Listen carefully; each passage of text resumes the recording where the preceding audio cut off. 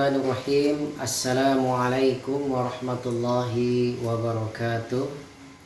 Saudaraku, dimanapun Anda berada, terkait dengan permasalahan bagaimana seseorang dalam melaksanakan sholat apabila ia tidak mendapatkan air untuk berwudu atau tidak mendapatkan debu untuk bertayamum, atau pula ada kedua-duanya namun ia tidak mampu untuk menggunakan air ataupun debu tersebut.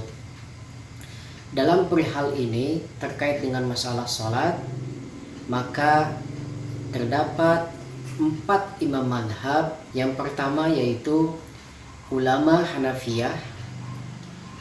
Beliau mengatakan bahwasannya wajib hukumnya bagi seseorang untuk melakukan seperti perbuatan sholat, dan kemudian apabila ia telah menemukan air untuk berwudu ataupun debu untuk bertayamum, maka dia wajib untuk mengqadha'nya. Maka tata cara yang dikemukakan oleh ulama Hanafiyah bahwasanya seseorang ketika melaksanakan perbuatan sholat tersebut, dia tidak harus melakukan niat, dia tidak harus menanamkan niat. Yang kedua, dia pun tidak harus membaca bacaan sebagaimana yang dibaca di dalam sholat seperti biasa. Jadi hanya dilakukan perbuatan-perbuatannya saja, seperti dia bertakbir, kemudian dia ruku, kemudian dia i'tidal, kemudian dia sujud dan duduk di antara dua sujud tanpa ada bacaan sholat yang dibaca oleh seseorang tersebut. Yang kedua yaitu pendapatnya ulama Malikiyah.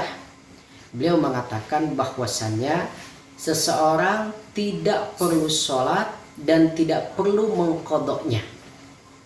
Kenapa? Karena wudu dan tayamum adalah salah satu syarat dalam melaksanakan sholat. Ketika syarat tersebut tidak mampu untuk dilaksanakan, maka sholat pun tidak harus untuk dilaksanakan. Ulama Malikiyah mengibaratkan keadaan hal seperti ini diibaratkan seperti seorang perempuan yang sedang dalam keadaan haid ataupun nifas. Yang ketiga yaitu pendapat ulama Asy-Syafi'iyah. Beliau mengatakan wajib hukumnya bagi seseorang dalam melaksanakan sholat untuk menghormati waktu. Dalam istilah fikih disebut dengan sholat lihurmatil wakti. Dan ketika seseorang telah mendapatkan air ataupun debu untuk bertayamum, maka dia harus mengqadha sholat tersebut.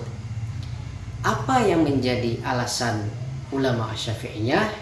Yakni ketidakmampuan seseorang dalam memenuhi salah satu syarat dari sholat, yaitu wudhu dan tayamum, bukan berarti menyebabkan seseorang untuk meninggalkan sholat.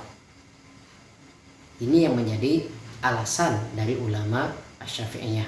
Yang keempat yaitu ulama Hambali. Beliau mengatakan bahwasannya wajib bagi seseorang untuk tetap melaksanakan sholat sesuai dengan keadaan, dan ia tidak perlu untuk mengqadha'nya.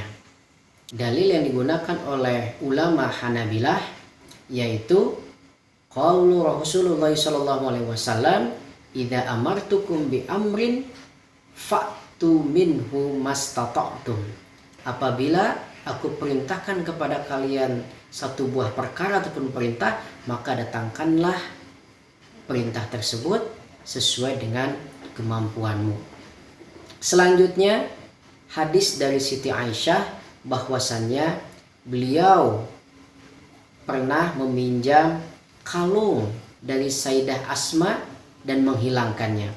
Kemudian Rasulullah SAW mengutus beberapa sahabat untuk mencari kalung tersebut. Ketika para sahabat tersebut telah mendapatkannya dan juga telah datang waktu sholat, maka para sahabat tersebut melaksanakan sholat dengan tidak diawali oleh berwudu terlebih dahulu.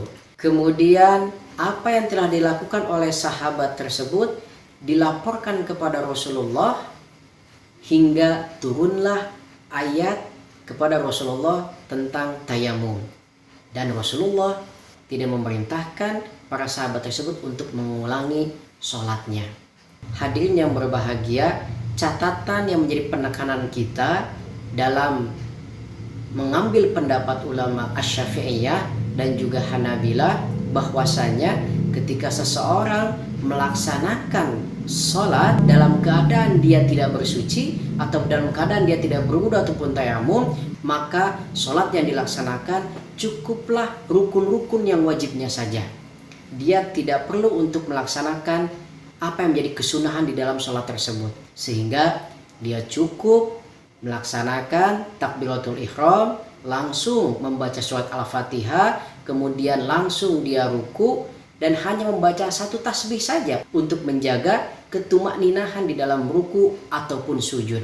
Setelah itu terus berlanjut sampai seseorang menutup sholatnya dengan assalam.